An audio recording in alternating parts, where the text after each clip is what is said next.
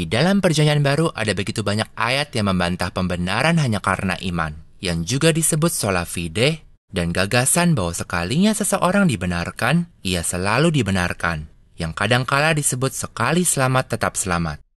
Gagasan pembenaran hanya karena iman dan sekali selamat tetap selamat ditentang dan dibantah oleh pada dasarnya setiap kitab Perjanjian Baru.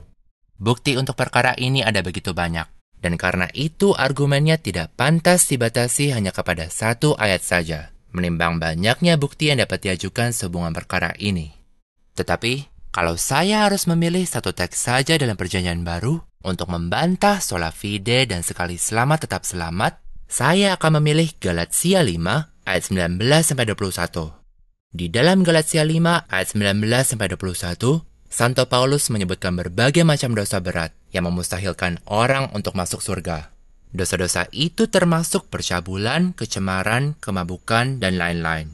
Santo Paulus selalu berkata, tanda kutip, "Kuperingatkan kamu, seperti yang telah kubuat dahulu, bahwa barang siapa melakukan hal-hal yang demikian, ia tidak akan mendapat bagian dalam kerajaan Allah."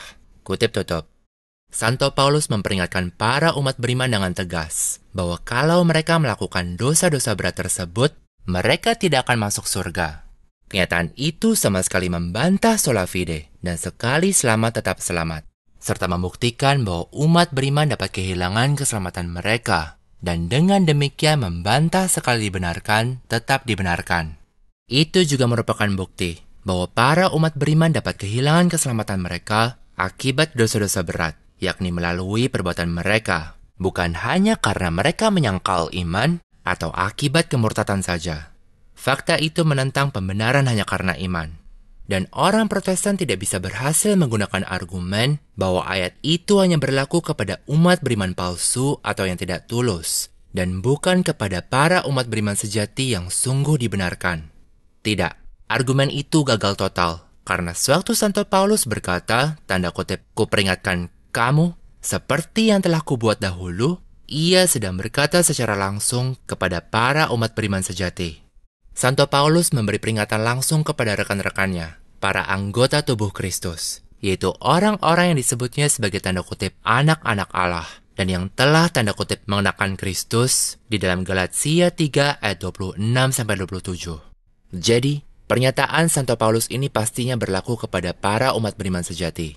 Ia sedang memberitahu para umat beriman sejati, "Kuperingatkan kamu, janganlah ditipu oleh pesan yang sesat, seperti ajaran sola fide atau sekali dibenarkan tetap dibenarkan, yang menyatakan bahwa dosa-dosa berat tidak dapat memustahilkan Anda untuk masuk surga, atau yang menyatakan bahwa setelah Anda benar-benar percaya, Anda dianggap sama sekali tidak dapat melakukan dosa berat, atau dianggap kebal terhadap dosa berat." Tidak.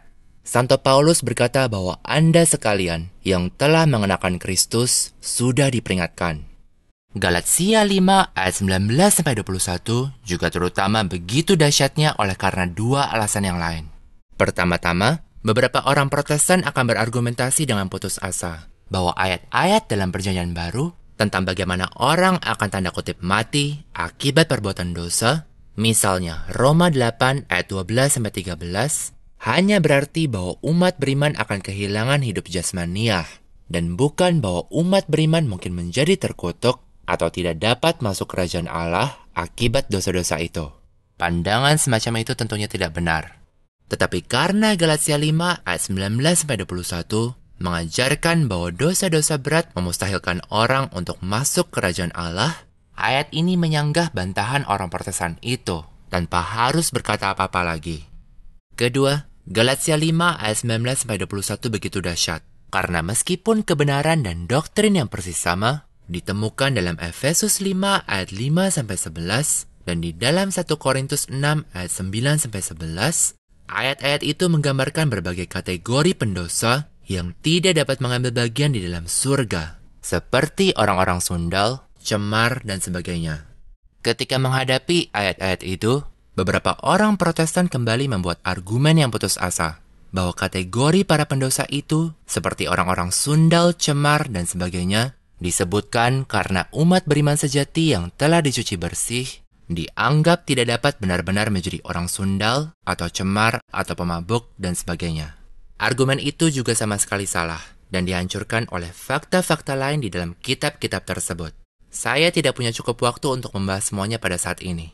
Tontonlah video kami tentang 1 Korintus sebagai contoh yang menunjukkan bagaimana argumen itu disanggah oleh 1 Korintus 10 ayat 7-8. Tetapi, yang disebutkan dalam Galatia 5 ayat 19-21 bukanlah kategori para pendosa, namun justru dosa-dosanya. Dosa-dosa yang membuat tanda kutip kamu, yaitu umat beriman sejati, tidak dapat mengambil bagian di dalam surga. Dan karena itulah ayat tersebut sama sekali menghancurkan bantahan orang Protestan itu tanpa harus berkata apa-apa lagi. Galatia 5 ayat 19-21 memojokkan orang Protestan, sehingga mereka sama sekali tidak dapat berdalih. Di dalam Galatia 5 ayat 19-21 terbungkus sebuah paket kecil yang memuat semua bahan yang diperlukan untuk menghancurkan doktrin keselamatan Protestan.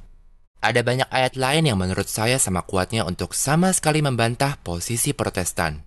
2 Petrus bab 2 ayat 20-22 adalah contohnya.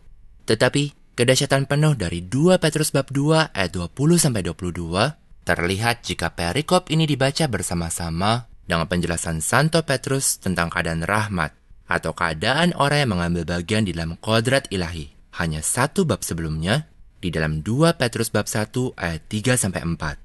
Kedua perikop itu ketika dipertimbangkan bersama-sama menunjukkan tanpa keraguan sedikit pun bahwa 2 Petrus bab 2 ayat 20-22 mengajarkan bahwa orang yang sudah dimandikan dan telah melepaskan diri dari kecemaran-kecemaran dunia oleh karena pengenalan akan Yesus Kristus, dalam kata lain, orang yang telah mencapai keadaan di mana mereka mengambil bagian di dalam kodrat ilahi yang dijelaskan dalam 2 Petrus 1 ayat 3-4 dapat jatuh dari keadaan itu dan menjadi binasa.